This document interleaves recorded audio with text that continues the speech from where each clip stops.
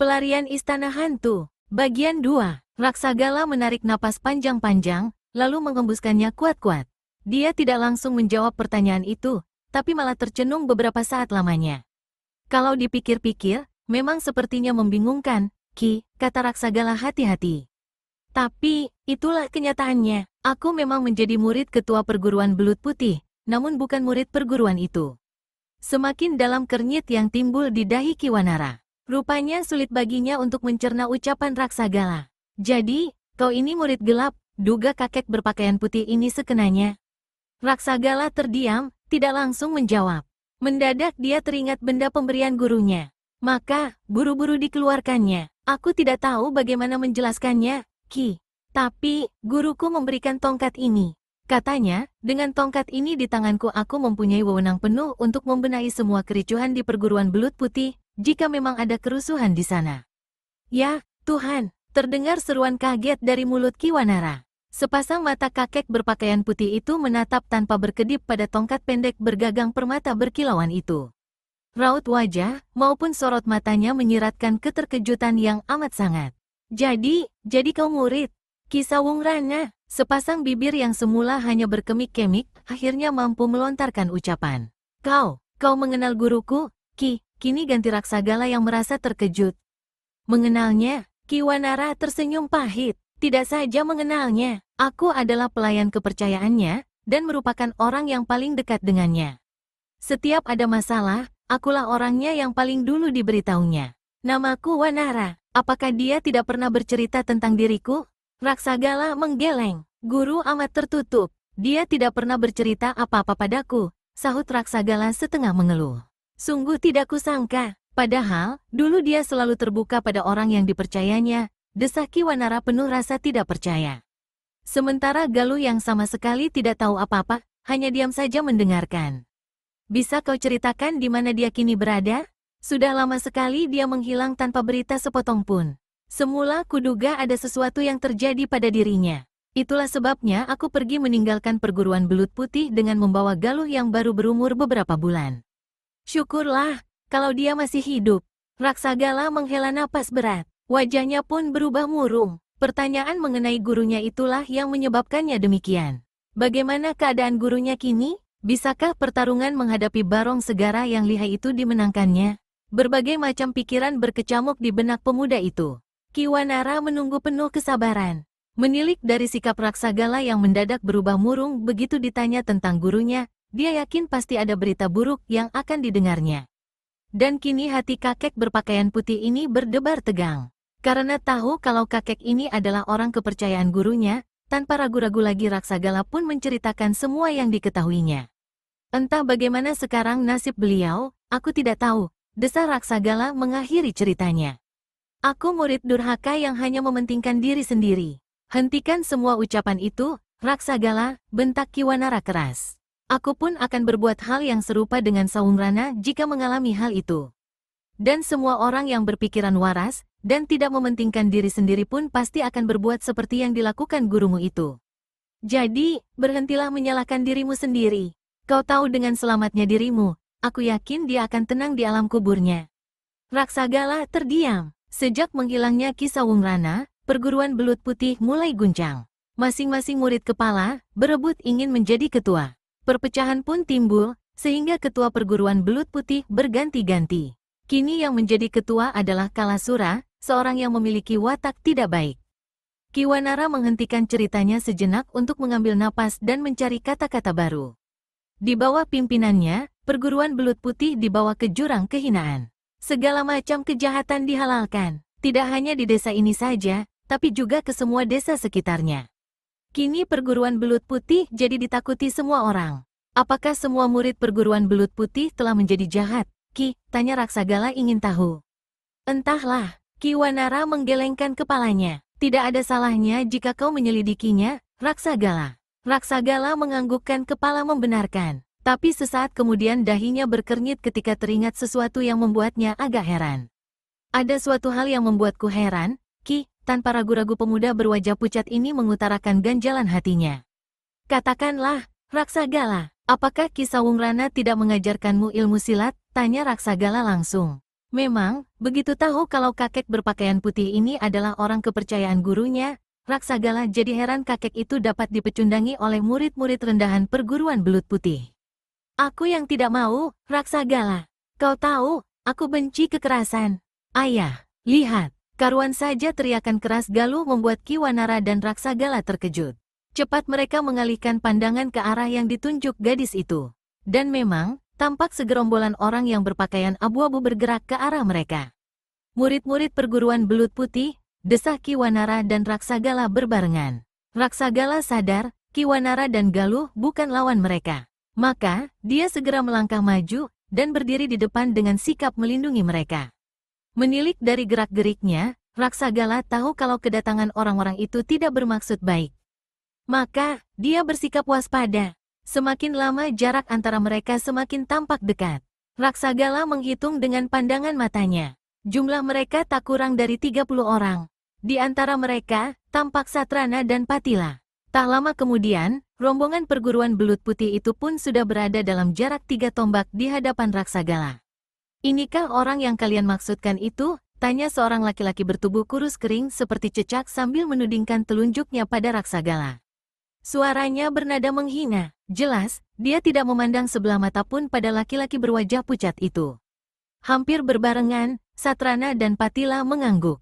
Benar, Kakang Taraji, sahut Patila. Laki-laki bertubuh kurus kering yang ternyata bernama Taraji merayapi sekujur wajah dan tubuh pemuda di hadapannya. Hahaha, mendadak Taraji tertawa bergelak. Tawanya benar-benar mengandung nada penghinaan. Diam, Raksagala yang merasa tersinggung langsung membentak. Keras bukan main suaranya, karena disertai pengerahan tenaga dalam tinggi. Tanpa sadar, Taraji menghentikan tawanya. Rasa terkejut yang amat sangat membayang jelas di wajahnya. Dia merasakan guncangan keras pada dadanya seiring keluarnya bentakan dari mulut pemuda berwajah pucat itu. Bukan hanya Taraji saja yang terkejut, semua murid perguruan belut putih juga terkejut bukan main. Dada mereka bergetar hebat dan kuping pun terasa berdengung. Bukan hanya itu saja, sepasang kaki mereka pun tanpa dapat dicegah, mendadak oleng. Jilid 6. Kini Taraji baru percaya pada cerita Satrana dan Patila. Ternyata orang yang bernama Raksagala itu adalah lawan yang amat tangguh, dan bukan hanya bualan belaka.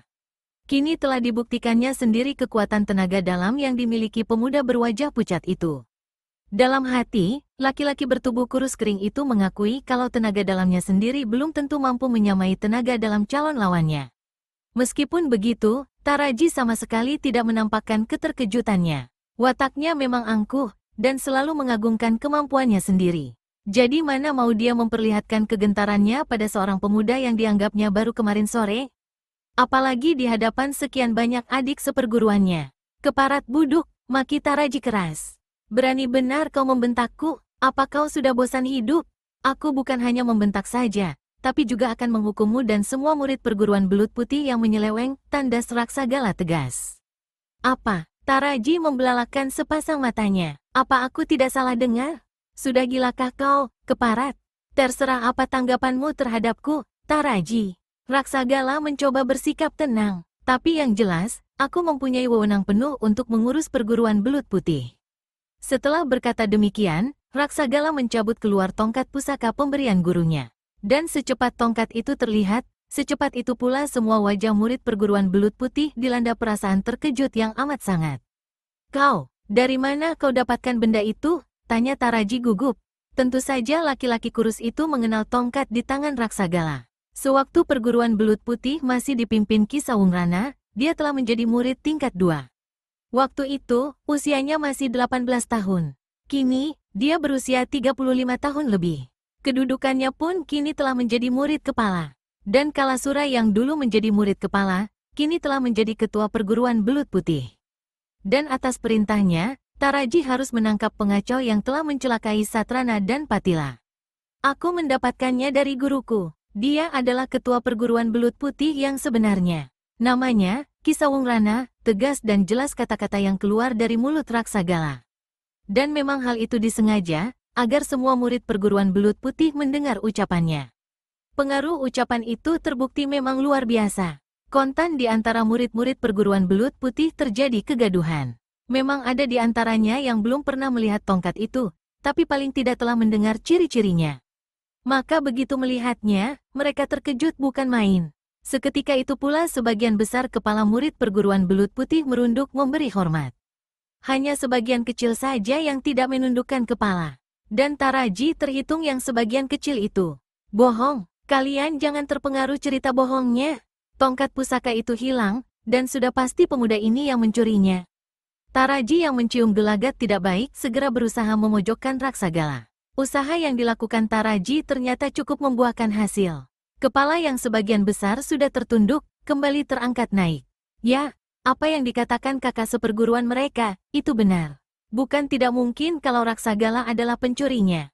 Tapi Raksagala yang sudah melihat masih banyak murid perguruan belut putih yang menghormati tongkat pusaka, mana mungkin diam saja. Segera tongkat itu diacungkan tinggi-tinggi ke atas kepalanya. Wahai semua murid perguruan belut putih, dengarlah. Ki Sawungrana telah memberi tongkat ini padaku.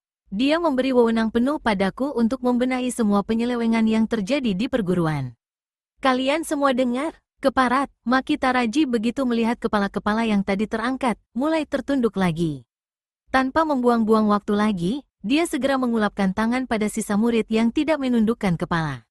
Bunuh pencuri itu, dan ambil tongkatnya, perintah laki-laki bertubuh kurus kering itu. Sambil berkata demikian, tangan kanannya bergerak. Sing, sinar berkilauan nampak berpendar ketika Taraji mencabut goloknya. Dan secepat senjata itu terhunus, secepat itu pula diayunkan ke leher Raksagala. Pada saat yang bersamaan, serangan murid-murid perguruan belut putih yang lain datang pula menyerbu. Di tangan mereka semua tergenggam senjata terhunus. Tapi Raksagala sama sekali tidak menjadi gugup melihat semua serangan itu. Murid-murid perguruan belut putih yang masih menghargai tongkat pusaka ini, lihatlah.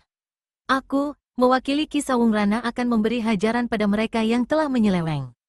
Ucapan itu membuat semua murid perguruan belut putih mengangkat kepala. Mereka ingin tahu, bagaimana tindakan Raksagala yang menurut pengakuannya adalah wakil Ki Sawungrana.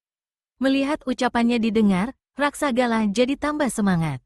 Maka diputuskan untuk mempertunjukkan semua kelihayannya. Dan begitu semua serangan datang, laki-laki berwajah pucat itu segera bergerak mengelak. Lincah laksana kera, dan cepat laksana bayangan, tubuhnya berkelebatan di celah-celah hujan serangan lawan. Taraji dan adik-adik seperguruannya terkejut bukan main melihat serangannya berhasil dielakkan. Tapi, tentu saja mereka tidak putus asa. Malah sebaliknya, mereka kian ganas menyerang. Raksagala yang memang sengaja ingin mempertunjukkan kelihayannya, sengaja tidak melakukan perlawanan. Dia hanya mengelak terus-menerus. Dengan ilmu meringankan tubuh yang memang berada jauh di atas lawan-lawannya, bukan merupakan hal sulit bagi laki-laki berwajah pucat itu untuk menghindari serangan. Jurus demi jurus berlalu, sehingga tak terasa 25 jurus telah terlewat. Namun selama itu, tidak ada satupun serangan Taraji dan adik-adik seperguruannya yang mengenai sasaran. Jangankan mengenai, menyerempet pun tidak. Cukup, terdengar seruan keras dari mulut Raksagala. Dan begitu ucapannya selesai, gerakan laki-laki berwajah pucat ini tiba-tiba berubah. Tubuhnya berkelebat dengan kecepatan yang sukar diikuti mata tiap lawannya. Yang jelas, satu demi satu tubuh-tubuh murid perguruan belut putih bertumbangan. Rintihan kesakitan terdengar mengiringi robohnya tubuh-tubuh itu ke tanah. Senjata-senjata yang digenggam pun berpentalan tak tentu arah. Dalam sekejap saja, murid-murid perguruan belut putih itu sudah tidak ada yang berdiri lagi. Semua telah roboh bergelimpangan di tanah sambil merintih-rintih. Kini hanya tinggal Taraji seorang diri yang masih mampu berdiri.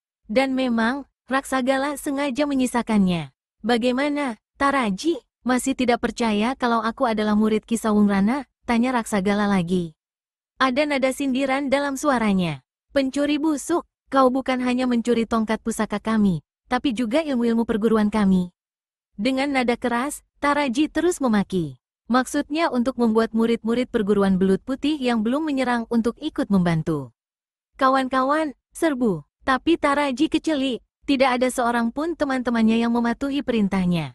Mereka semua diam saja, berpura-pura tidak mendengar sama sekali. Anjing kurap, geram laki-laki bertubuh kurus kering ini. Setelah pencuri busuk ini kubereskan, kalian semua akan mendapatkan ganjaran. Begitu kata-katanya selesai, Taraji segera melompat menerjang Raksagala. Golok di tangannya ditusukkan cepat ke arah dada laki-laki berwajah pucat itu. Ada suara mendesing yang cukup kuat mengiringi tibanya serangan. Raksagala diam-diam merasa geli mendengar penegasan Taraji. Sewaktu mengeroyok bersama adik-adik seperguruannya saja, dia tidak mampu merobohkan. Apalagi sekarang hanya seorang diri. Raksagala bersikap tenang. Ditunggunya sampai serangan itu bergerak semakin dekat. Dan ketika telah berada dalam jangkauan, baru dia bergerak. Enak saja tangannya diulurkan, sepertinya tanpa mengeluarkan tenaga sama sekali. Tapi hebatnya, mata golok Taraji yang terlihat mengkilap mempertunjukkan ketajaman, berhasil ditangkap Raksagala. Taraji kaget bukan main, dan belum sempat berbuat sesuatu, laki-laki berwajah pucat itu cepat membetotnya. Keras bukan main gerakannya, terdengar suara bergemeletuk ketika sambungan pergelangan bahu kanan Taraji terlepas.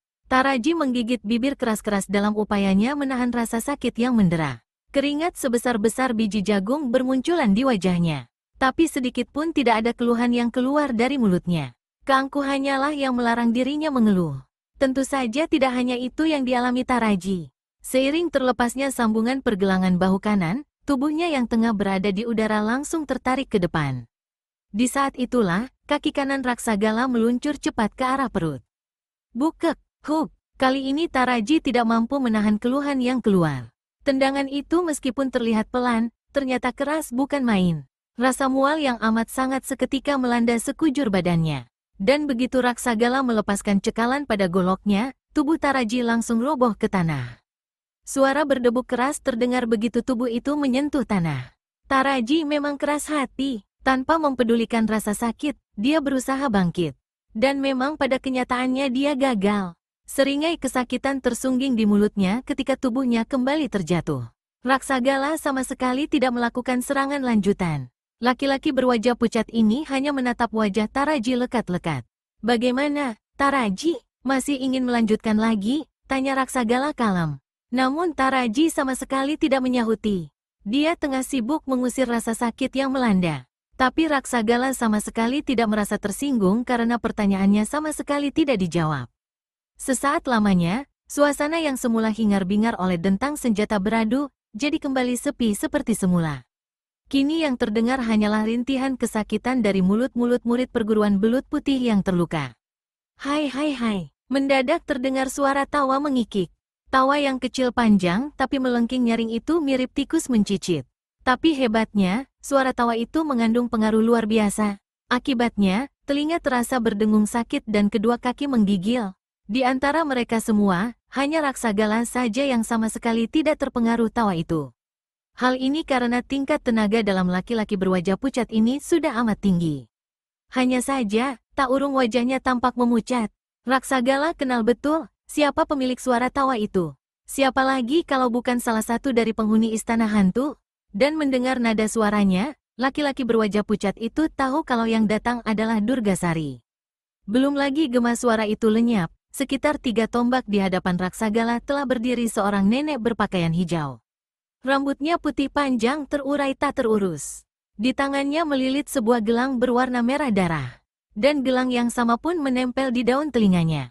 Sepasang matanya yang kecil dan mencorong kehijauan nampak jadi kian menyeramkan, karena terletak di raut wajah keriput berbentuk bulat telur. Meskipun sudah menduga sebelumnya, tapi tak urung Raksagala terperanjat juga melihat kehadiran salah seorang penghuni istana hantu itu. Jangan harap untuk bisa selamat setelah keluar dari istana hantu, bocah keparat, tegas nenek berpakaian hijau itu keras. Suaranya terdengar melengking nyaring menyakitkan telinga. Raksagala sadar, kalau kali ini tidak bisa main-main lagi. Lawan yang dihadapinya sangat tangguh, sementara di sekitarnya banyak orang yang tidak tahu apa-apa. Dia tidak ingin kalau mereka yang tidak tahu apa-apa akan menjadi korban bila terjadi pertarungan di situ. Maka laki-laki berwajah pucat itu segera bergerak melesat dari situ. Cepat bukan main gerakan Raksagala. Hal ini tidak aneh, karena murid kesayangan Sawungrana ini telah mengerahkan seluruh kemampuan ilmu meringankan tubuhnya. Hanya dalam beberapa langkah saja, tubuhnya sudah berada dalam jarak belasan tombak dari tempat semula. Cepatnya gerakan yang dilakukan Raksagala, tapi masih lebih cepat lagi gerakan Durgasari. Begitu melihat laki-laki berwajah pucat melesat, tubuh nenek berpakaian hijau ini langsung melenting ke depan. Setelah bersalto beberapa kali di udara, kedua kakinya segera mendarat di tanah. Dan kini dia telah berada di depan Raksagala. Sudah kukatakan, jangan harap bisa lolos dari tanganku, tandas Durgasari tegas. Sorot mata maupun wajah nenek berpakaian hijau ini menyiratkan sinar kebengisan. Aku tidak akan melarikan diri, Durgasari, sahut Raksagala mantap seraya memanggil nama nenek berpakaian hijau itu. Padahal di istana hantu waktu itu dia biasa memanggilnya dengan sebutan Nyi Durgasari. Tapi aku hanya mencari tempat yang lapang untuk bertarung. Alasan, sergah Durgasari kasar. Kau tidak berbeda dengan gurumu yang telah menjadi bangkai itu. Sama-sama pengecut. Raksagala ternganga mendengar perkataan nenek itu. Bukan makiannya, tapi penjelasan nenek itu yang mengatakan gurunya telah menjadi bangkai. Sungguh pun dia telah mempunyai dugaan kuat kalau gurunya kemungkinan besar akan tewas. Tapi tetap saja berita yang didengarnya ini amat mengejutkan. Kau kaget kalau gurumu telah menjadi bangkai. Kau tahu, nasib yang sama pun akan menimpamu. Mendadak Raksagala meraung. Rasa penyesalan yang hebat langsung memukul hatinya. Kematian gurunya dianggap karena dirinya. Kalau saja dia tidak melarikan diri dan bersama-sama menghadapi musuh, mungkin Sawungrana tidak akan tewas. Raksagala merasa telah berdosa besar, dan telah menjadi seorang pengecut. Dari perasaan bersalah yang menggelegak itu, menyeruak perasaan marah terhadap pembunuh gurunya. Pikirnya, salah seorang dari pembunuh itu kini berada di depannya. Sungguh suatu hal yang sangat kebetulan. Sambil berteriak keras, Raksagala melompat menerjang. Kedua tangannya yang terkembang membentuk cakar meluncur cepat dan bertubi-tubi ke arah dada, ulu hati, dan pusar Durgasari. Raksagala memang telah mengeluarkan seluruh tenaga dalam yang dimilikinya dalam serangan itu. Dia memang tidak ingin bertindak kepalang tanggung. Suara bersuitan yang cukup nyaring mengiringi tibanya serangan itu. HMH, nenek berpakaian hijau itu hanya mendengus melihat serangan lawan. Sikapnya terlihat memandang rendah sekali. Baru ketika serangan itu menyambar dekat, tangannya bergerak memapak dengan sikap jari-jari tangan yang sama. Prat, benturan keras terdengar begitu jari-jari tangan yang sama-sama mengandung kekuatan tenaga dalam tinggi berbenturan. Raksagala menyeringai. Tampak jelas kalau laki-laki berwajah pucat ini merasa kesakitan. Seluruh tangannya terasa bagai lumpuh, sehingga tak mampu digerakkan lagi. Apalagi jari-jari tangannya, sakit dan ngilu bukan main. Seolah-olah, jari-jari tangannya tadi bukan berbenturan dengan jari-jari tangan seorang nenek-nenek, melainkan dengan sebatang logam yang amat kuat. Hai. Durgasari hanya tertawa terkikih melihat seringai yang tampak di wajah Raksagala. Melihat dari sikapnya, jelas kalau benturan tadi sama sekali tidak berpengaruh apa-apa bagi dirinya. Raksagala memang bukan seorang pengecut. Meskipun sudah diketahui kalau tenaga dalamnya tidak mampu menandingi tenaga dalam Durgasari, tapi bukan berarti harus menjadi gentar. Kata takut atau gentar tidak ada dalam kamus hidupnya. Maka tanpa kenal takut, dia kembali melompat menerjang. Sambil tertawa terkekeh, Durgasari segera menyambutnya. Sesaat kemudian, kedua orang ini sudah saling bertarung sengit. Raksagala bertarung seperti orang gila. Seluruh kemampuan yang dimiliki dikeluarkannya. Dia hanya mempunyai dua buah pilihan, membunuh atau dibunuh. Tapi lawan yang dihadapinya adalah Durgasari yang merupakan salah seorang penghuni istana hantu. Kepandaian nenek berpakaian hijau ini amat tinggi. Mungkin hanya selisih sedikit saja dengan Barong Segara. Jangankan Raksagala, gurunya sendiri pun belum tentu bisa mengalahkan nenek itu. Itulah sebabnya, meskipun Raksagala telah menyerang kalang kabut dengan seluruh kemampuannya, tetap saja tidak mampu mendesak Durgasari. Jangankan mendesak, tanda-tanda akan mendesak pun tidak juga terlihat. Hebat bukan main pertarungan antara kedua orang itu. Suara menderu dan mencicit menyemaraki pertarungan. Tanah terbongkar di sana-sini. Debu pun mengepul tinggi ke udara. Raksagala menggertakkan gigi. Seluruh kemampuannya telah dikerahkan sampai ke puncaknya, tapi ternyata tetap tak mampu juga mendesak lawannya. Padahal, tampak jelas kalau nenek berpakaian hijau itu sama sekali belum melancarkan serangan balasan. Durgasari hanya mengelak dan menangkis, sambil mengeluarkan tawa mengikik. Beberapa kali tubuh Raksagala terhuyung-huyung ke belakang, tatkala Durgasari menangkis serangannya. Dalam waktu sebentar saja, 10 jurus telah lewat. Dan selama itu, Raksagala belum juga berhasil menyerangkan satu serangan pun di tubuh lawannya. Hai, berhati-hatilah, anak muda. Sekarang aku akan balas menyerang. Setelah berkata demikian, mendadak gerakan Durgasari berubah. Dia tidak lagi bersikap menunggu, tapi mulai melancarkan serangan. Serangan Durgasari dibuka lewat putaran kedua tangannya di depan dada. Hebat bukan main. Dari kedua tangan yang berputaran itu, menyeruak angin keras yang mengandung daya tarik amat kuat. Raksagala terperanjat, sama sekali tidak disangka kalau ada ilmu yang mempunyai daya sedot seperti ini. Maka bergegas kedua kakinya ditekankan ke tanah untuk bertahan dari kekuatan yang akan menariknya ke depan. Di saat Raksagala memasang kuda-kuda kokoh agar tubuhnya tidak tertarik ke depan, Durgasari melompat menerjang. Jari-jari kedua tangannya nampak mengepal, kecuali jari telunjuk dan jari tengah yang mengejang kaku. Dan dengan bentuk jari-jari seperti itulah, nenek berpakaian hijau ini menyerang Raksagala. Kedua tangannya melancarkan totokan bertubi-tubi ke arah ubun-ubun dan bawah hidung laki-laki berwajah pucat. Memang, itu adalah dua buah jalan darah kematian. Raksagala terkejut bukan kepalang mendapat serangan susulan yang begitu mendadak. Diakui, perasaannya begitu gugup. Namun laki-laki berwajah pucat itu masih sempat menyelamatkan selembar nyawanya. Tanpa membuang-buang waktu lagi, tubuhnya segera direndahkan seraya membentuk kuda-kuda bersilang. Tidak hanya itu saja yang dilakukan Raksagala. Pada saat yang tepat, tangan kanannya melakukan pukulan keras ke arah dada Durgasari. Durgasari terkejut bukan main. Sungguh di luar dugaan kalau dalam keadaan terjepit seperti itu Raksagala mampu mengelak.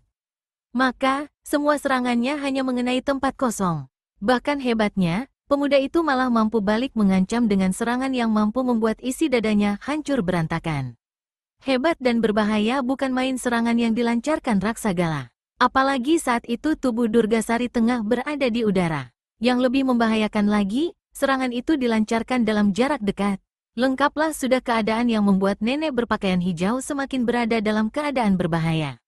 Pada kenyataannya Durgasari benar-benar seorang tokoh luar biasa. Dengan kesempatan yang sangat sempit itu, tangan kirinya segera digerakkan ke bawah untuk menangkis serangan lawan. Tapi karena tangan kirinya belum sempat ditarik pulang, maka yang membentur tangan Raksagala adalah sikutnya. Plakek, tubuh kedua tokoh yang usianya berbeda jauh itu sama-sama terjajar ke belakang. Ini bukan berarti tenaga mereka berimbang, tapi karena kesempatan yang hanya sedikit itu membuat tenaga dalam Durgasari tidak sepenuhnya keluar dalam menangkis serangan. Sebagai tokoh-tokoh tingkat tinggi, tidak sulit bagi Raksagala dan Durgasari untuk segera memperbaiki sikap. Durgasari kini menggeram hebat, hampir saja dia tewas di tangan lawannya. Tentu saja ini karena kelalaiannya. Maka kini perempuan tua itu tidak memandang rendah lagi. Maka diputuskannya untuk mengerahkan seluruh kemampuan yang dimiliki. Sambil mengeluarkan pekik melengking nyaring, Durgasari kembali melancarkan serangan. Raksagala tahu tenaga dalam lawan jauh lebih tinggi darinya. Maka diputuskannya untuk menghindari serangan itu. Sesaat kemudian, kedua orang ini telah terlibat dalam pertarungan sengit. Tapi pertarungan kali ini berbeda dengan sebelumnya. Kini Durgasari telah memutuskan untuk mengerahkan seluruh kemampuannya. Maka Raksagala lah yang merasakan akibatnya. Tekanan-tekanan yang dilakukan nenek berpakaian hijau itu terasa semakin berat. Meskipun seluruh kemampuan yang dimilikinya telah dikerahkan, tetap saja dia terdesak dan terhimpit. Tidak sampai 25 jurus, Raksagala telah terdesak. Dan seiring semakin lamanya mereka bertempur, keadaan Raksagala semakin terdesak hebat. Nasibnya benar-benar mengkhawatirkan. Menjelang jurus ke-30, Raksagala mencabut goloknya. Dan dengan senjata andalan di tangan, dia kembali melakukan perlawanan gigih. Memang setelah Raksagala menggunakan golok, keadaannya mulai membaik. Desakan-desakan dan tekanan yang menghimpitnya tidak begitu terasa lagi. Tapi itu berlangsung hanya 50 jurus saja. Dan begitu memasuki jurus ke-51, kembali Durgasari yang kini sudah bisa mengetahui permainan golok lawan, berhasil mendesaknya. Pada jurus yang ke-51, Durgasari melancarkan sebuah tendangan lurus ke arah pergelangan tangan kanan Raksagala. Pemuda berwajah pucat itu mencoba mengelak. Tapi, takek, telak dan keras sekali tendangan nenek berpakaian hijau itu mengenai sasaran. Tak pelak lagi, sambungan pergelangan tangan Raksagala terlepas saat itu juga. Golok di tangannya pun terlempar jauh. Raksagala tahu kalau keadaannya kini amat berbahaya. Maka tanpa membuang-buang waktu lagi, tubuhnya segera dilempar ke belakang dan bersalto beberapa kali di udara. Maksudnya sudah jelas, untuk memperbaiki kuda-kudanya. HMH, Durgasari mendengus. Nenek berpakaian hijau yang sudah kalap ini mana sudi membiarkan lawannya mendapatkan kesempatan lagi untuk memperbaiki kuda-kudanya? Begitu Raksagala melempar tubuh ke belakang, dia segera melompat memburu seraya mengirimkan serangan-serangan maut. Raksagala terkejut bukan main. Keadaannya kini benar-benar terhimpit. Tidak ada lagi kesempatan baginya untuk memperbaiki kuda-kudanya. Maka begitu kedua kakinya menginjak tanah, tubuhnya langsung melenting ke belakang untuk mencari-cari kesempatan memperbaiki kuda-kudanya. Tapi Durgasari benar-benar tidak akan memberi kesempatan. Dia pun melompat memburu begitu kedua kakinya menjejak tanah. Adu kejar-kejaran yang aneh pun terjadi. Raksagala terus-menerus melempar tubuhnya ke belakang sementara Durgasari terus melompat memburu ke depan.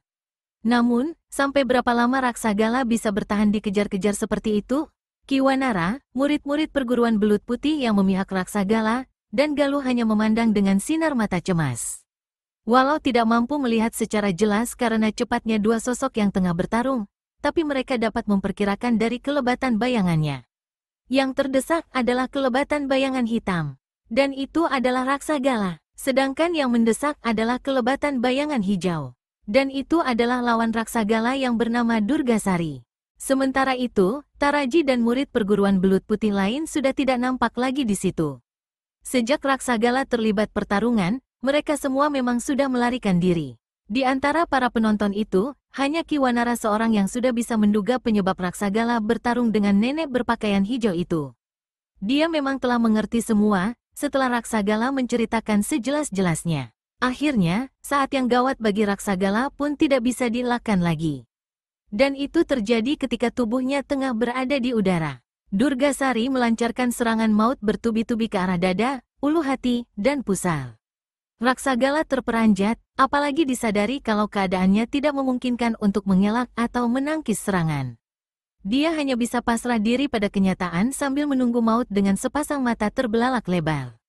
Di saat yang amat gawat itulah, melesat cepat sesosok bayangan ungu memotong alur serangan Durgasari. Durgasari terkejut bukan main, tapi tak membatalkan serangannya.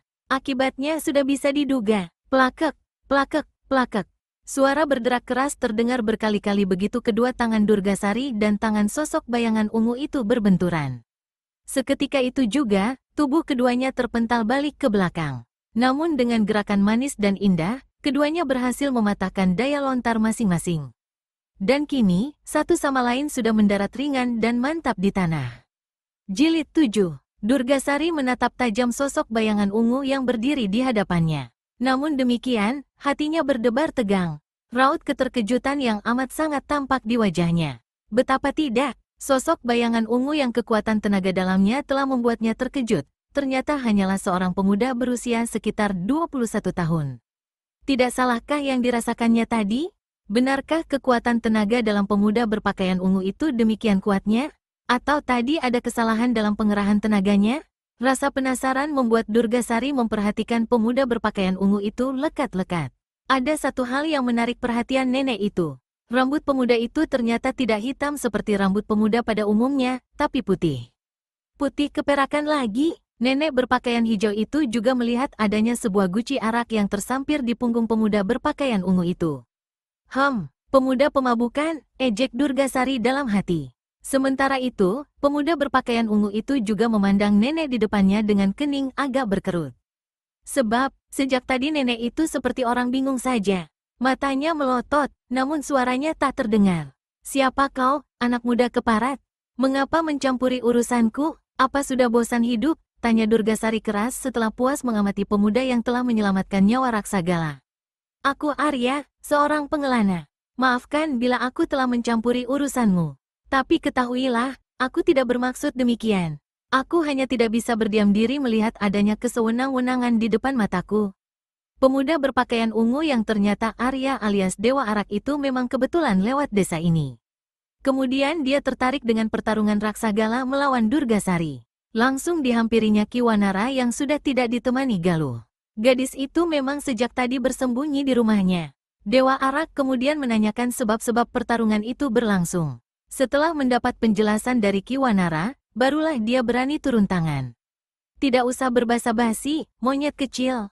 Kau tahu, tidak ada ampun bagi orang yang telah berani mencampuri urusan Durgasari. Tidak terkecuali kau, jadi, tidak ada gunanya meminta maaf atau ampun sekalipun. Dewa Arak tersenyum pahit. Dari sikap keras yang ditunjukkan nenek berpakaian hijau itu, sudah bisa diketahui kalau mengajaknya bicara tidak akan ada gunanya lagi. Pertarungan tidak mungkin bisa dielakkan. Durgasari telah mengeluarkan kata-kata bernada tantangan. Dan bukan Dewa Arak namanya kalau nyalinya ciut hanya karena mendapat tantangan. Raksagala adalah seorang yang berwatak gagah dan ksatria. Yang mempunyai urusan dengan Durgasari adalah dirinya sendiri. Bukan pemuda berambut putih keperakan yang didengarnya bernama Arya. Maka begitu keadaan tampaknya sudah mulai memanas, dia melangkah maju. Terima kasih atas pertolonganmu, Kisanak. Tapi, apa yang dikatakan nenek itu benar. Kau sama sekali tidak mempunyai urusan dengannya. Lebih baik, kau tidak usah mempertaruhkan nyawa untuk membelaku, ucap Raksagala pada Dewa Arak. Arya menoleh. Sepasang matanya menatap tajam wajah Raksagala. Dewa Arak adalah seorang yang cepat tanggap. Dia tahu, mengapa laki-laki berwajah pucat itu melarangnya. Raksagala tidak ingin dia tewas di tangan nenek berpakaian hijau itu.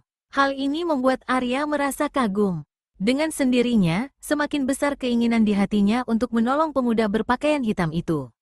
Maaf, Kisanak, bukannya aku tidak suka menuruti nasihatmu, tapi aku pantang menolak tantangan. Aku bukan seorang pengecut, tandas Arya tegas. Mendengar jawaban Dewa Arak, Raksagala tidak melanjutkan ucapannya lagi. Dengan langkah lesu, kakinya melangkah mundur. Hati-hatilah, Kisanak, ucap Raksagala. Dia adalah lawan yang amat tangguh. Akan ku perhatikan nasihatmu, sahut Dewa Arak membesarkan hati Raksagala. Baru saja Raksagala melangkah meninggalkan Dewa Arak, Durgasari sudah mengirimkan serangan. Nenek berpakaian hijau itu membuka serangannya dengan memutar-mutarkan kedua tangannya di depan dada. Dewa Arak terperanjat ketika merasakan ada kekuatan aneh yang membetot tubuhnya.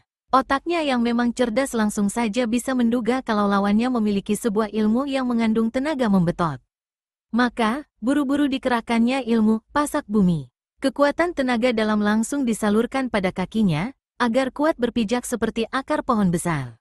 Usaha yang dilakukan Arya sama sekali tidak sia-sia. Berkat ilmu pasak bumi, kekuatan daya sedot itu sama sekali tidak berarti apa-apa. Memang ada angin keras yang berusaha membetotnya. Tapi berkat ilmu itu, betotan itu sama sekali tidak berarti apa-apa. Tapi Durgasari tidak kecewa melihat kenyataan ini. Dia memang tidak terlalu berharap usahanya akan membuahkan hasil. Toh, tadi telah dibuktikan sendiri kalau Raksagala pun sanggup menggunakan daya sedotnya. Maka begitu Dewa Arak tampak sibuk mengerahkan tenaga untuk melawan betotan itu, segera dikirimkannya serangan. Kaki kanannya meluncur cepat ke arah leher, mengirimkan sebuah tendangan miring. Angin yang menderu keras mengiringi serangan itu. Arya yang memang sudah menduga hal itu sama sekali tidak gugup. Cepat kakinya melangkah ke belakang seraya merendahkan tubuhnya, sehingga serangan itu hanya mengenai tempat kosong, lewat sejengkal di atas kepalanya. Pada saat yang bersamaan, pemuda berambut putih keperakan ini menjumput guci araknya. Kemudian guci itu diangkat ke atas kepala. Dan, gluk, gluk, gluk. Suara tegukan terdengar ketika arak itu melewati tenggorokan Dewa Arak. Seketika itu juga, ada hawa hangat merayap di dalam perutnya. Kemudian, terus merayapi naik ke atas kepala secara perlahan-lahan. Sekejap saja, tubuh Arya mulai meliuk-liuk. Durgasari menggeram begitu melihat serangannya berhasil dielakkan. Segera saja dikirimkannya serangan susulan berupa tendangan kaki kanan ke arah kepala Dewa Arak. Tentu saja ini karena sikap pemuda berambut putih keperakan itu tengah membentuk kuda-kuda rendah. Kalau Arya tengah berdiri, mungkin tendangan itu hanya mengenai pusarnya. Cepat bukan main serangan susulan itu tiba. Mungkin hanya berbeda waktu sedikit saja dengan tendangan yang pertama kali. Walaupun begitu, Arya sama sekali tidak mengalami kesulitan untuk menangkalnya. Apalagi, pemuda berambut putih keperakan itu telah menggunakan ilmu belalang sakti yang mampu membuat gerakan yang bagaimanapun sulitnya. Masih dengan tubuh meliuk-liuk, Dewa Arak menggerakkan gucinya menangkis tendangan yang mengarah ke kepalanya. Bang! Suara berdentang keras terdengar ketika kaki Durgasari berbenturan dengan guci Dewa Arak. Seketika itu pula, tubuh kedua belah pihak sama-sama terhuyung ke belakang. Durgasari terhuyung 2 langkah, sedangkan Dewa Arak hanya 1 langkah. Jelas, kalau dalam adu tenaga Dewa Arak masih lebih kuat. Durgasari menggeram. Kini tidak ada lagi keraguan dalam hatinya. Pemuda berambut putih keperakan ini adalah seorang lawan yang amat tangguh. Dan ini bisa diketahui dari kekuatan tenaga dalam lawan yang ternyata lebih kuat darinya. Hal ini tentu saja membuat Durgasari penasaran bukan kepalang. Masa dia harus mengaku kalah dengan seorang pemuda yang pantas menjadi cucunya? Pikiran ini membuat nenek berpakaian hijau itu mengerahkan seluruh kemampuannya. Tapi lawan yang dihadapi Durgasari kali ini adalah Dewa Arak. Seorang yang meskipun masih muda, tapi telah memiliki tingkat kepandaian tak tertandingi. Bukan hanya itu saja, pemuda berambut putih keperakan ini juga telah memiliki pengalaman bertanding yang tidak sedikit. Tak terhitung, sudah berapa kali Arya terlibat pertarungan dengan tokoh yang memiliki kepandaian menggiriskan. Maka meskipun Durgasari telah mengerahkan seluruh kemampuannya, tetap saja tidak mampu mendesak Dewa Arak. Ilmu, belalang sakti, benar-benar menjadikan Arya sebagai lawan yang teramat tangguh. Hebat bukan main akibat dari pertarungan antara kedua tokoh yang sama-sama memiliki kepandaian tinggi ini. Angin menderu, mencicit, dan mengaung terdengar menyemaraki pertarungan itu. Bukan hanya itu saja, tanah terbongkar di sana-sini terkena pukulan nyasar. Debu pun mengepul tinggi ke udara. Bahkan para penonton pun bergerak menjauhi arena pertarungan, karena khawatir terkena serangan nyasar. Luar biasa, desah Raksagala penuh kagum. Pemuda itu memiliki kepandaian yang amat tinggi. Ilmu silatnya pun aneh, tidak perlu heran, Raksagala, ucap Kiwanara. Pemuda itu adalah Dewa Arak. Dia tadi menghampiriku, dan sempat memperkenalkan namanya. Begitu aku yakin kalau dia benar-benar Dewa Arak, maka kuceritakan segalanya tentang dirimu. Dewa Arak, Raksagala mengerutkan alisnya. Orang seusia dia sudah mempunyai julukan? Jadi, kau belum pernah mendengar julukannya? Kiwanara yang kini ganti bertanya. Raksagala menggeleng. Apakah julukan itu begitu terkenal, Ki? Kiwanara menggeleng-gelengkan kepala melihat keluguan Raksagala. Dia memang merasa heran mendengar Raksagala sama sekali belum mendengar julukan Dewa Arak. Tapi ketika teringat kalau Raksagala terkungkung selama belasan tahun di dalam sebuah bangunan yang bernama Istana Hantu, dia tidak merasa heran lagi. Julukan itu bukan hanya terkenal saja, Raksagala, tapi juga menggemparkan, jawab Kiwanara setengah memberitahu. Banyak sudah tokoh sakti aliran hitam yang tewas di tangannya. Ah, jadi, dia seorang pendekar, Ki? Raksagala menudingkan telunjuknya ke arah Dewa Arak yang masih sibuk bertarung menghadapi Durgasari. Bukan hanya seorang pendekar saja, Raksagala.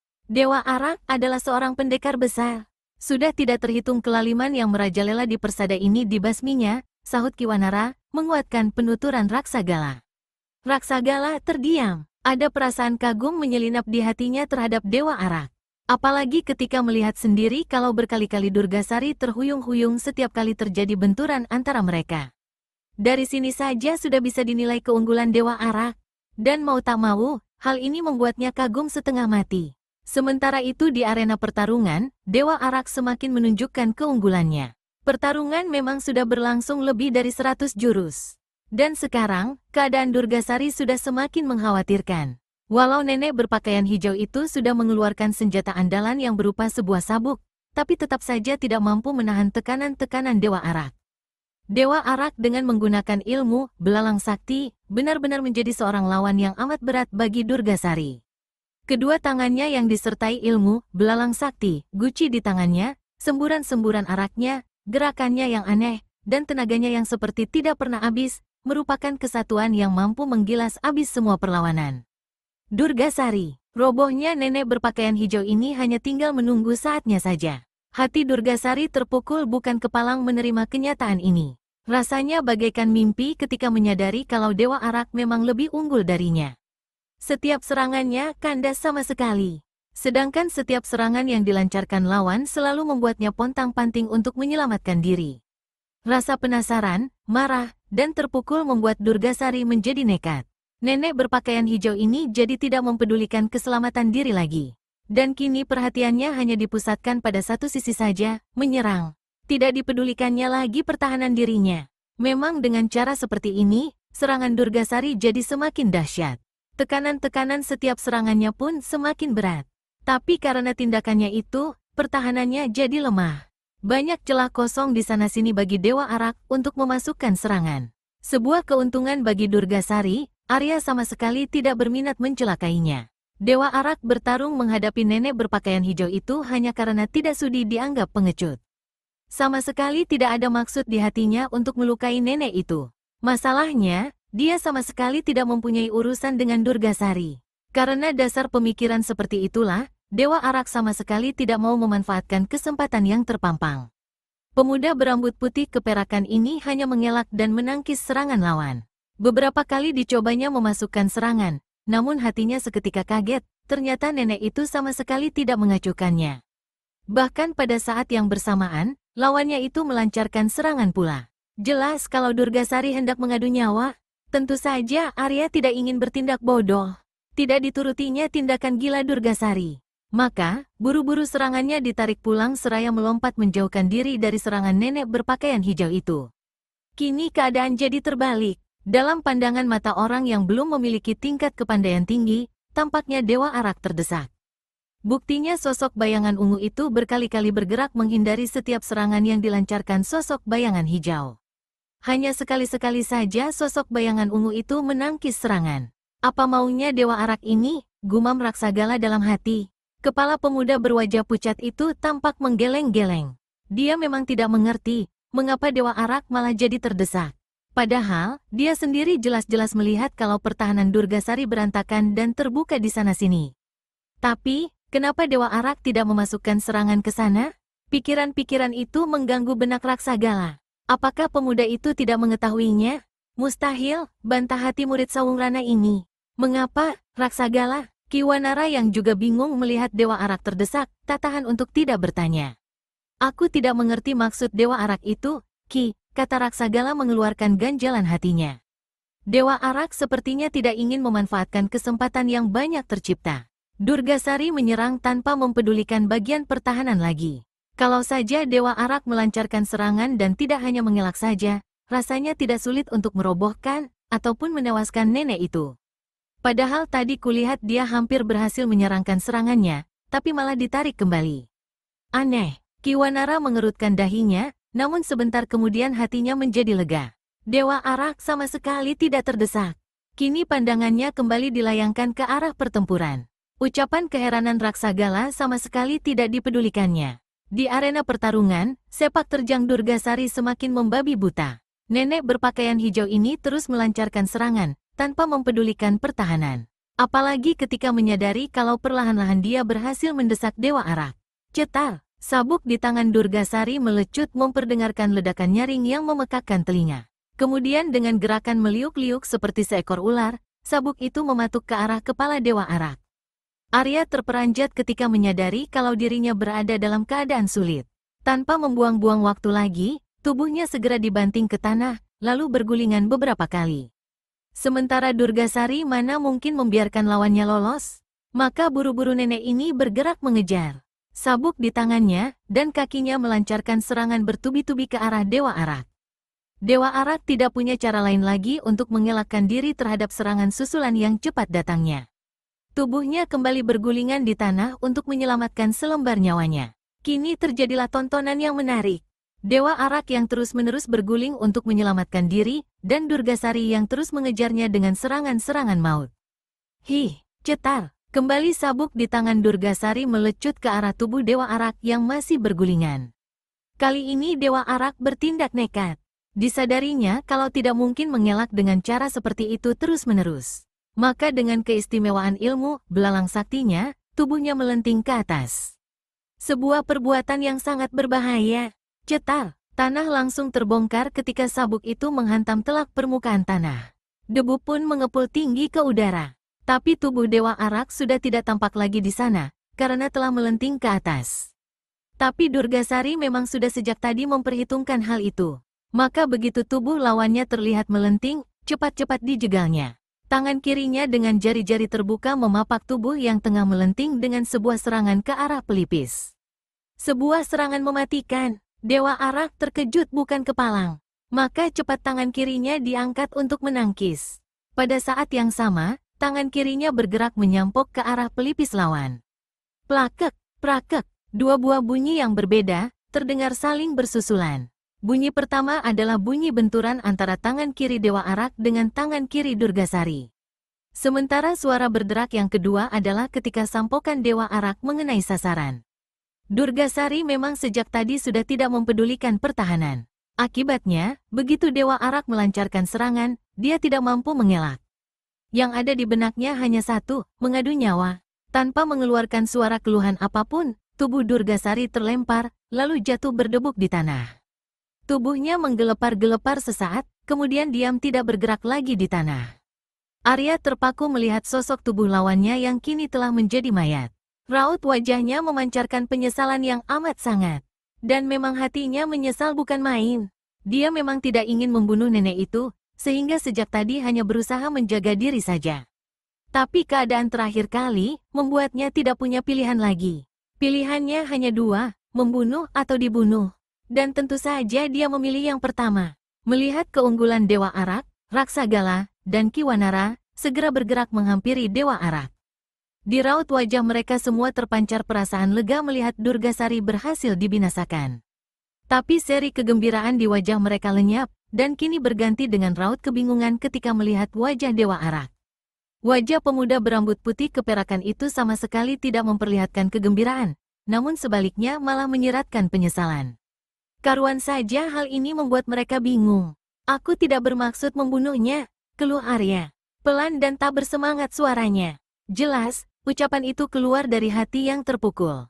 Karuan saja ucapan itu membingungkan orang-orang yang berada di dekatnya. Tapi sesaat kemudian Raksagala mengerti, mengapa Dewa Arak tidak memanfaatkan banyak kesempatan yang ada. Rupanya Arya ternyata memang tidak ingin menurunkan tangan kejam pada lawannya. Kiwanara tahu perasaan yang berkecamuk dalam hati Dewa Arak. Maka kakek berpakaian putih ini bergerak lebih mendekat lagi, kemudian perlahan-lahan ditepuknya bahu Arya. Lupakanlah hal itu, Dewa Arak. Kau sama sekali tidak bermaksud membunuhnya, bukan? Tapi Durgasari terlalu memojokkanmu, sehingga kau tidak punya pilihan lagi. Itu berarti bukan kau yang membunuhnya, tapi dirinya sendiri yang membuatmu terpaksa membunuhnya. Kiwanara memberi nasihat sekenanya saja, tapi kakek berpakaian putih ini sama sekali tidak menyadari kalau semua nasihatnya tepat sekali. Tapi biar bagaimanapun, dia tewas di tanganku, Ki, bantah Arya seraya menatap wajah Kiwanara. Dia memang pantas untuk tewas, Dewa Arak, sahut Kiwanara lagi. Dewa Arak mendengarkan penuh perhatian penuturan Raksagala tentang rencananya sejak dari Istana Hantu hingga sampai ke Desa Kali Asam. Semuanya sudah jelas. Tadi Kiwanara juga telah bercerita demikian. Jadi, Dewa Arak memutuskan untuk membantu pemuda berwajah pucat itu, walaupun hal itu belum diutarakannya. Raksagala melangkah menghampiri murid-murid perguruan belut putih yang masih saja menunggu di depan rumah Kiwanara dengan sabar. Begitu melihat Raksagala menghampiri, serentak mereka pun bergerak menghampiri. Salah seorang dari belasan murid perguruan belut putih itu melangkah maju begitu kedua belah pihak telah berhadapan dalam jarak 3 tombak. Maaf, bukannya aku tidak percaya, tapi benarkah kau utusan ketua kami, Kisanak? Tanya murid perguruan belut putih yang ternyata bertindak sebagai juru bicara itu. Dia adalah seorang laki-laki bertubuh kekar dan berotot. Usianya mungkin tak kurang dari 30 tahun. Benar, Raksagala menganggukkan kepalanya. Aku adalah utusan Ki Sawungrana. Namaku Raksagala. Aku diutus untuk membenahi semua kericuhan yang terjadi di perguruan belut putih, itu bila memang benar ada kerusuhan. Semua kericuhan itu memang benar ada, Raksagala. Tanpa ragu-ragu lagi laki-laki bertubuh kekar berotot ini menyebut Raksagala dengan namanya saja. Perguruan belut putih sekarang diketuai oleh Kalasura, seorang murid kepala perguruan belut putih juga. Tapi sayang, wataknya tidak baik. Banyak di antara kami yang menentang, tapi dengan cara halus maupun kasar, dia berhasil menyingkirkannya. Kelompok Kalasura sangat kuat, apalagi dia pun dibantu tokoh-tokoh aliran hitam. Laki-laki bertubuh kekar berotot ini menghentikan ceritanya untuk mengambil napas seraya mencari kata-kata untuk melanjutkan ucapannya. Matanya menerawang jauh, seperti mengingat-ingat kejadian yang menimpa perguruannya. Banyak di antara murid perguruan belut putih yang menentang, tapi berhasil dipatahkan. Terpaksa kami berdiam diri, apalagi karena di pihak kami tidak ada lagi tokoh yang bisa diandalkan. Semua murid kepala perguruan belut putih yang bersifat jujur telah tewas. Sementara di pihak Kalasura cukup banyak. Kini dengan adanya kau, Raksagala, kami siap menentang mereka kembali. Kita harus merubah perguruan belut putih menjadi perguruan beraliran putih kembali. Kami yakin, masih banyak anggota perguruan belut putih yang hanya terpaksa mengikuti kemauan Kalasura. Mantap dan penuh semangat ucapan laki-laki kekar berotot itu. Dan semua kepala rekan-rekannya yang berdiri di belakangnya terangguk begitu laki-laki kekar berotot itu menghentikan ucapannya. Jelas, mereka semua setuju dengan keputusan yang diambil rekan mereka itu. Kalau begitu, mari kita serbu mereka. Raksagala memutuskan dengan penuh semangat. Kami ikut, Raksagala. Raksagala menoleh begitu mendengar ucapan itu. Tampak Dewa Arak dan Kiwanara tengah bergerak menghampiri mereka. Kau, Arya tersenyum lebar. Dia tahu kalau Raksagala merasa keberatan kalau dia ikut campur tangan. Dewa Arak tahu, pemuda berwajah pucat itu ingin menyelesaikan tugas gurunya sendiri. Kedatanganku yang secara kebetulan ke desa ini, dan setelah mendengar dari Kiwanara kalau ada kesewenang-wenangan yang terjadi di perguruan belut putih, telah menarik hatiku untuk membantumu, Raksagala. Yah, barangkali saja, tenagaku agak berguna di sana. Paling tidak, cukup untuk melindungi kau dan murid-murid perguruan belut putih merebut kembali perguruan yang telah dikotori itu. Raksagala tidak bisa menolak lagi. Alasan yang dikemukakan Arya membuatnya tidak bisa membantah lagi.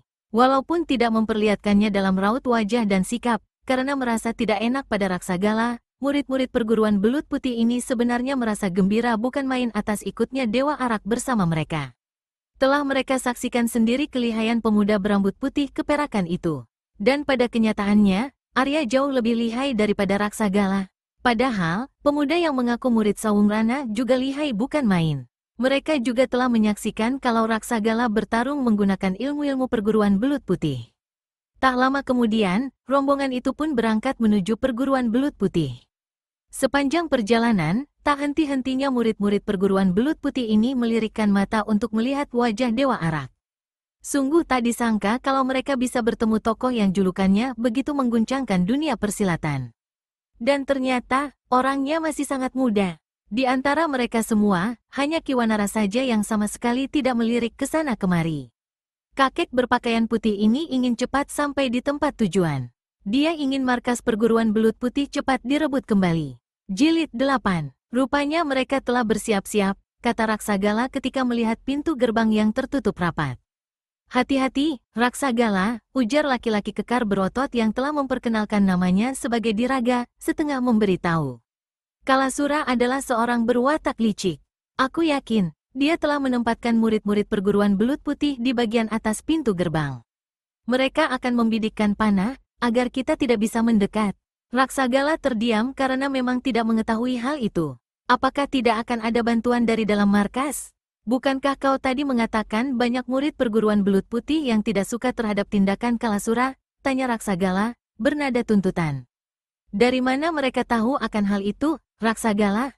Diraga malah balik bertanya. Tentu saja dari orang-orang yang telah kuberi pelajaran tadi, sahut Raksagala tandas.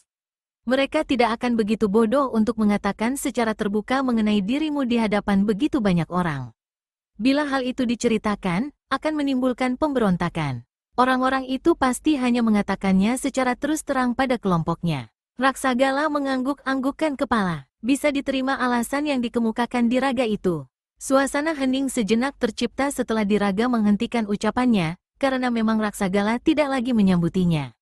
Kalau begitu, lebih baik aku yang masuk lebih dulu untuk melihat keadaan di dalam, tandas Raksagala setelah beberapa saat lamanya terdiam. Tapi sangat berbahaya, Raksagala, sergah Diraga khawatir. Kalasura adalah orang licik. Dia tidak segan-segan menggunakan cara apapun demi mencapai kemenangan. Aku akan berhati-hati, Diraga, sahut Raksagala cepat. Hah, Diraga hanya dapat menghela napas berat. Laki-laki kekar berotot ini tahu kalau Raksagala tidak bisa dicegah lagi. Jadi rasanya akan sia-sia jika terus mencegahnya. Dia merasakan adanya tekanan dalam ucapan Raksagala yang terakhir. Tekanan yang tidak menghendaki adanya bantahan. Maka, pendapatnya tidak diutarakannya lagi. Setelah mengedarkan pandangan berkeliling, Raksagala segera melesat ke depan. Tidak ada serbuan anak panah seperti yang dikatakan Diraga. Dia terlalu khawatir, keluh Raksagala dalam hati. Begitu telah berada di depan pintu gerbang perguruan belut putih, laki-laki berwajah pucat ini menjejakkan kakinya. Seketika tubuhnya melambung ke atas.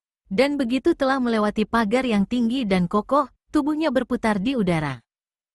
Baru saja kedua kaki Raksagala mendarat di tanah, belasan orang berpakaian abu-abu sudah berkelebat mengurungnya. Bukan hanya itu saja, tampak belasan orang lain melompat ke atas dengan anak panah siap dilesatkan. Kini Raksagala mengerti, Mereka memang sengaja membiarkannya masuk sendirian. Jadi apa yang dikatakan Diraga ternyata benar. Tapi Raksagala sama sekali tidak kelihatan gentar. Meskipun tahu kalau dirinya sengaja dijebak, dia tidak mengirim pemberitahuan kepada kawan-kawan di luar pagar kalau dirinya terancam. Hahaha, sungguh besar nyalimu, anak muda, kata orang yang tak lain dari Taraji. Tangan kanannya nampak tergantung lemah di sisi pinggang. Jelas, akibat perbuatan Raksagala masih tersisa. Jangan harap dapat keluar dari sini dalam keadaan hidup. Raksagala memandang berkeliling menatap wajah-wajah orang yang mengurungnya. Tidak lebih dari 20 orang. Inikah orang yang kau ceritakan itu, Taraji? Mendadak terdengar suara keras bergaung. Sesaat kemudian, muncul seorang laki-laki bertubuh pendek kekar tapi bercambang bauk lebat. Sementara di sebelahnya berdiri 3 orang berwajah kasar berpakaian kuning garis-garis hitam. Benar, Ketua, tandas Taraji seraya mengangguk-anggukkan kepala. Laki-laki bercambang bauk lebat yang ternyata Kalasura, kini mengalihkan perhatian kembali pada Raksagala. Sepasang matanya merayapi selebar wajah pemuda berwajah pucat itu. Jangan mimpi untuk dapat membuat hayalanmu jadi kenyataan, bocah, dengus Kalasura. Kau hanya akan mengantarkan nyawa di sini, tahu? Raksagala menatap wajah laki-laki bercambang bauk lebat di hadapannya beberapa saat, lalu beralih pada 3 orang kasar yang berdiri di sebelahnya. Baru kemudian, perhatiannya tertumpah pada murid-murid perguruan belut putih yang mengepungnya. Sikap pemuda berwajah pucat ini terlihat tenang saja. Padahal, seluruh urat saraf dan ototnya menegang waspada. Perlahan-lahan tangan Raksagala menyelinap masuk ke balik baju. Sudah bisa ditebak maksudnya, ya. Pemuda berwajah pucat itu ingin mengeluarkan tongkat pemberian gurunya. Kalasura rupanya sudah mengetahui maksud Raksagala, dan dia tidak ingin hal itu terjadi. Maka tanpa membuang-buang waktu lagi, dia melompat menerjang. Kedua tangannya menegang kaku, melancarkan totokan bertubi-tubi ke arah leher dan bawah hidung Raksagala. Belum juga serangan Kalasura tiba, 3 orang berwajah kasar itu melompat menerjang pula. Dalam sekejap saja, Raksagala sudah menghadapi 4 buah serangan dari 4 penjuru, dan semuanya mengarah ke tempat-tempat yang mematikan. Mau tak mau, Raksagala membatalkan maksudnya semula. Benaknya berputar keras untuk menghadapi serangan ke-4 orang lawannya ini. Sesaat kemudian, dia sudah bisa memutuskan. Sepasang matanya yang awas dapat cepat mengetahui kalau di antara ke-4 serangan itu, serangan Kalasuralah yang menyambar paling dulu. Maka, diputuskannya untuk menanggulangi serangan laki-laki bercambang bauk lebat itu terlebih dulu. Plakek, plakek, plakek. Benturan keras terdengar berkali-kali ketika Raksagala menangkis semua serangan lawan. Sadar akan keadaannya yang tidak menguntungkan, pemuda berwajah pucat ini tidak segan-segan mengeluarkan seluruh kemampuan yang dimiliki. Akibatnya memang hebat. Tubuh Kalasura terhuyung-huyung jauh ke belakang. Mulutnya menyeringai menahan sakit. Dan memang, benturan antara tangannya dengan tangan Raksagala membuat kedua belah tangannya terasa sakit bukan main. Bukan hanya itu saja, dadanya pun terasa sesak bukan main. Sedangkan Raksagala kelihatan sama sekali tidak terpengaruh benturan itu. Bahkan sehabis menangkis serangan, laki-laki berwajah pucat ini melompat melewati atas kepala Kalasura. Akibatnya, semua serangan dari ketiga orang lawannya hanya mengenai tempat kosong. Tapi Kalasura dan ketiga orang kasar itu rupanya tidak mau memberi kesempatan. Begitu Raksagala melompat menjauh, mereka semua segera melesat memburu dan menghujaninya dengan serangan-serangan berbahaya.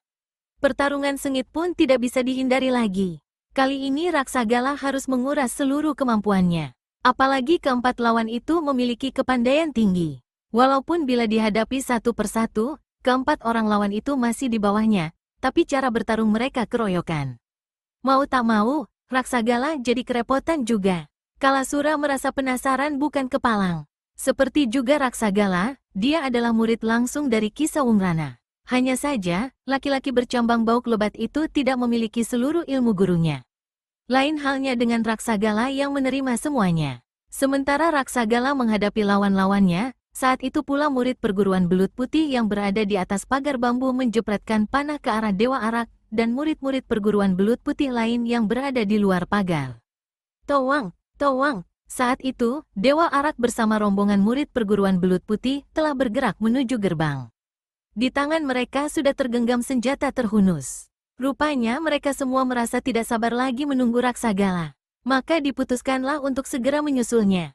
Melihat hujan anak panah itu, Arya segera memutar-mutarkan tangannya. Luar biasa. Belasan anak panah itu berpentalan tak tentu arah ketika angin yang amat kuat keluar dari kedua tangannya yang berputar. Sebagian besar anak panah itu runtuh sebelum mengenai sasaran. Ada beberapa di antaranya yang lolos, tapi dengan mudah berhasil dipatahkan dengan ayunan senjata murid-murid perguruan belut putih. Berkali-kali, hujan anak panah itu berhamburan ke arah rombongan yang memaksakan diri untuk masuk ke perguruan belut putih, tapi semuanya berhasil dipunahkan. Brakek! Suara berderak keras terdengar ketika pintu gerbang perguruan belut putih hancur berantakan. Dewa Arak memang telah menggunakan kekuatan tenaga dalam untuk merobohkan pintu itu dengan kekerasan. Begitu pintu terbuka, rombongan itu segera bergerak menyerbu ke dalam seraya berteriak-teriak mengajak rekan-rekan mereka untuk bergabung menentang tindakan Kalasura. Dewa Arak yang takut terjadi pertumpahan darah besar-besaran, segera melesat ke arah pertarungan antara Raksagala dengan keempat orang lawannya. Mundur Raksagala, cegah pertumpahan darah, teriak Arya. Raksagala tidak membantah. Begitu Arya tampak meluruk masuk ke kancah pertarungan, dia melompat menghindar. Dan ketika kedua kakinya hinggap di tanah, tongkatnya segera diacungkan tinggi-tinggi ke atas. Murid-murid perguruan belut putih semua, lihat tongkat ini baik-baik. Aku adalah wakil penuh Ki Sawungrana. Kumohon kalian yang masih belum tersesat, bantu kami menumpas kelaliman Kalasura. Keras bukan main suara Raksagala karena dikeluarkan lewat pengerahan tenaga dalam. Serempak, semua kepala menoleh begitu mendengar nama Ki Sawungrana disebut. Seketika, pertarungan terhenti. Dan begitu mendengar kata-kata Raksagala dan melihat tongkat pusaka itu, sebagian murid perguruan belut putih yang akan menyerang rombongan Dewa Arak berbalik haluan. Mereka kini bersatu dengan rombongan itu. Pertarungan tak dapat dilakukan lagi. Gerombolan anak buah Kalasura pun tidak sedikit, karena sebagian besar adalah murid-murid perguruan belut putih yang berwatak bobrok. Dan sebagian lagi adalah anak buah 3 tokoh berpakaian kuning garis-garis hitam. Melihat keempat orang lawan telah dihadapi Dewa Arak, Raksagala segera membantu murid-murid perguruan belut putih yang masih setia. Kini, terjadilah 2 arena pertarungan. Yang satu antara Dewa Arak melawan Kalasura dan kawan-kawan. Sementara yang satu lagi antara 2 gerombolan berbeda aliran. Jeritan kematian diiringi robohnya tubuh-tubuh tanpa nyawa terdengar. Bumi pun dibasahi darah yang sebagian besar keluar dari tubuh gerombolan Kalasura. Memang dengan adanya Raksagala, murid-murid setia perguruan belut putih berhasil mendesak lawan. Sepak terjang Raksagala benar-benar menggiriskan. Kemana saja tangan atau kakinya bergerak, sudah dapat dipastikan ada sesosok tubuh terbaring tanpa nyawa. Berbareng tewasnya orang terakhir dari gerombolan Kalasura, Kalasura dan ketiga orang kawannya pun roboh tergeletak di tanah tanpa mampu bergerak lagi. Dewa Arak memang terpaksa menewaskan mereka. Dia tahu dari Ki Wanara kalau keempat orang inilah yang selalu merusak wanita. Sebuah perbuatan yang amat dibencinya.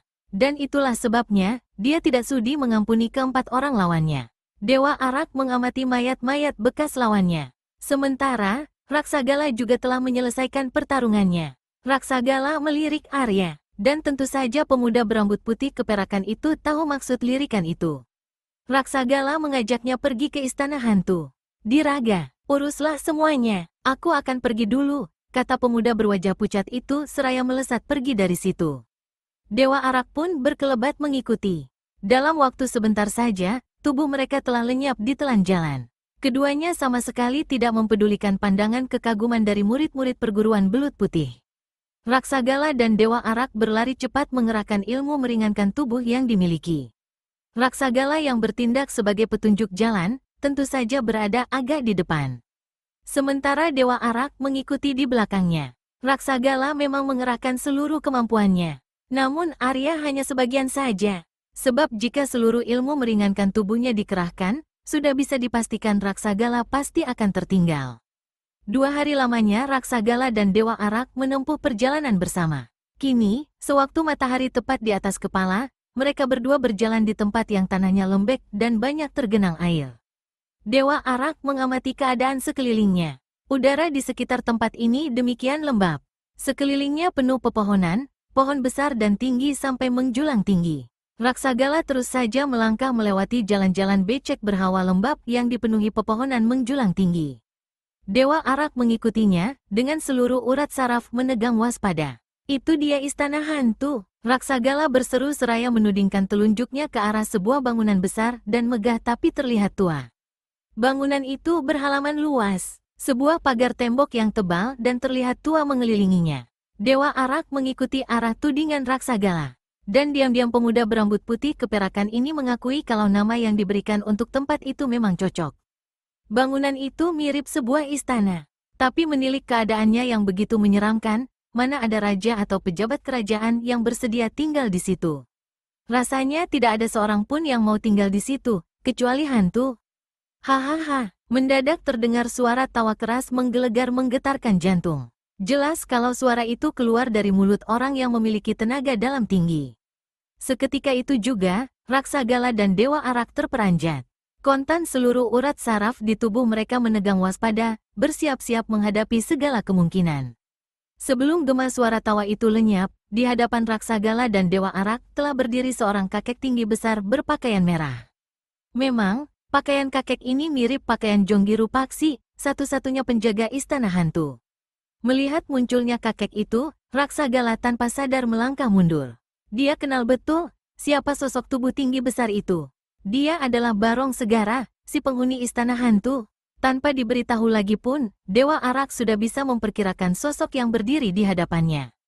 Memang, Raksagala telah menceritakan ciri-ciri penghuni istana hantu ini. Dewa Arak menatap wajah kakek berpakaian merah itu lekat-lekat. Diam-diam ada sedikit perasaan ngeri di hatinya melihat guratan yang ada di wajah Barong Segara. Sungguh tidak kusangka kau memiliki nyali juga, monyet kecil, kata Barong Segara keras seraya melayangkan pandangan pada Raksagala. Rupanya kau pun ingin cepat-cepat menjadi bangkai seperti gurumu itu.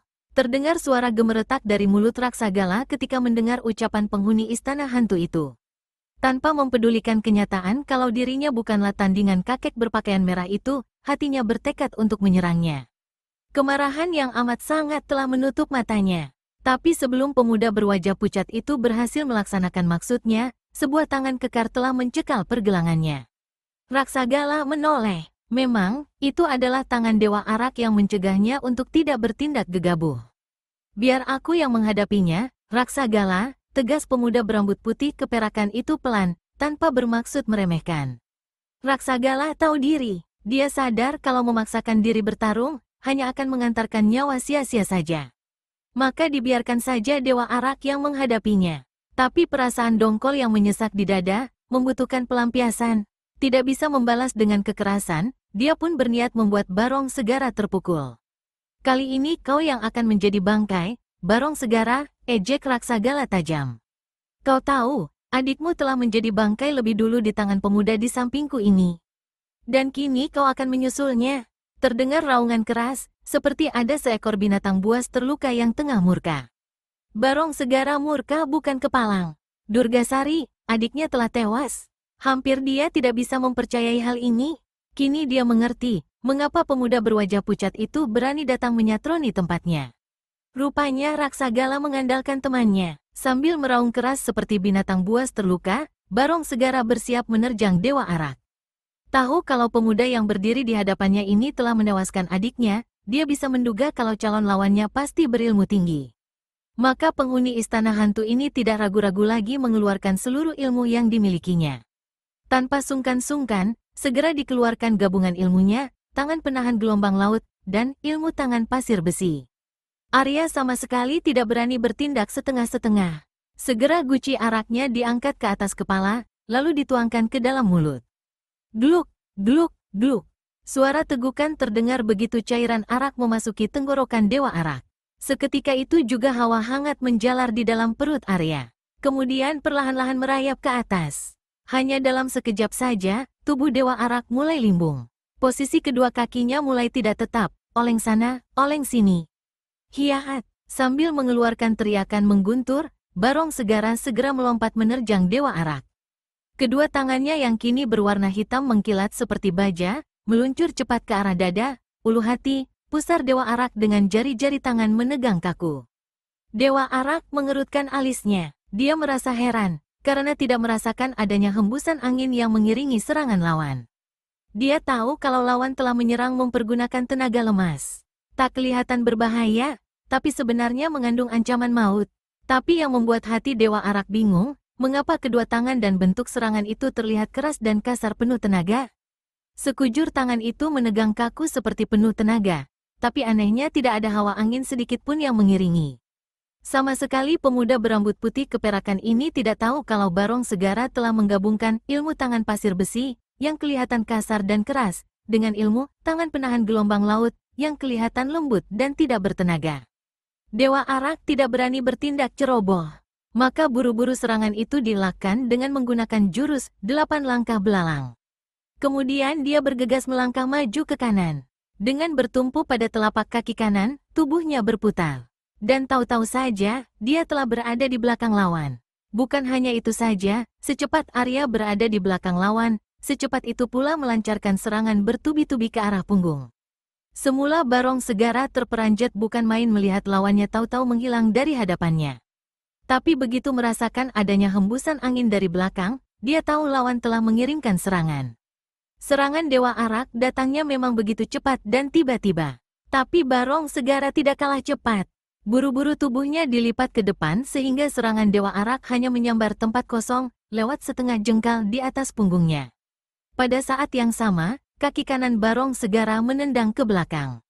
Persis gerakan seekor kuda yang menendang. Arya terperanjat, sungguh tidak disangka kalau akan begini sambutan lawannya. Memang luar biasa penghuni istana hantu ini. Dalam keadaan terjepit dan waktu yang sempit, dia tidak hanya mampu lolos dari ancaman maut, bahkan juga mampu sekaligus balas mengancam. Meskipun begitu, Dewa Arak tidak hilang akal. Sudah tidak terhitung kejadian yang berbahaya seperti ini dialaminya. Dan berkat keistimewaan ilmu, belalang sakti, dia selalu berhasil menyelamatkan diri. Sekarang pun demikian juga. Dengan kelincahan seorang yang telah memiliki ilmu meringankan tubuh tingkat tinggi, Arya menjejakkan kakinya di tanah. Sesaat kemudian, tubuhnya telah melayang ke belakang. Barong Segara yang telah dilanda dendam, tidak mungkin akan memberi kesempatan pada lawannya. Secepat dia berhasil memperbaiki posisinya, secepat itu pula kembali melancarkan serangan. Tapi Dewa Arak bukan orang sembarangan. Begitu Barong Segara berhasil memperbaiki posisinya, dia pun telah melakukan hal yang sama. Dan kini keduanya segera saling gebrak. Tak lama kemudian, kedua tokoh berbeda aliran tapi sama-sama memiliki kepandaian tinggi ini sudah terlibat dalam sebuah pertarungan sengit. Berkat ilmu meringankan tubuh yang sama-sama telah mencapai tingkatan amat tinggi, pertarungan antara mereka berdua jadi berlangsung cepat. Dalam waktu tak begitu lama, 50 jurus telah berlalu. Dan selama itu, tidak nampak adanya tanda-tanda yang akan terdesak. Pertarungan masih berjalan seimbang, walaupun terlihat tidak menarik. Raksagala mengerutkan alis melihat pertarungan yang berlangsung di hadapannya.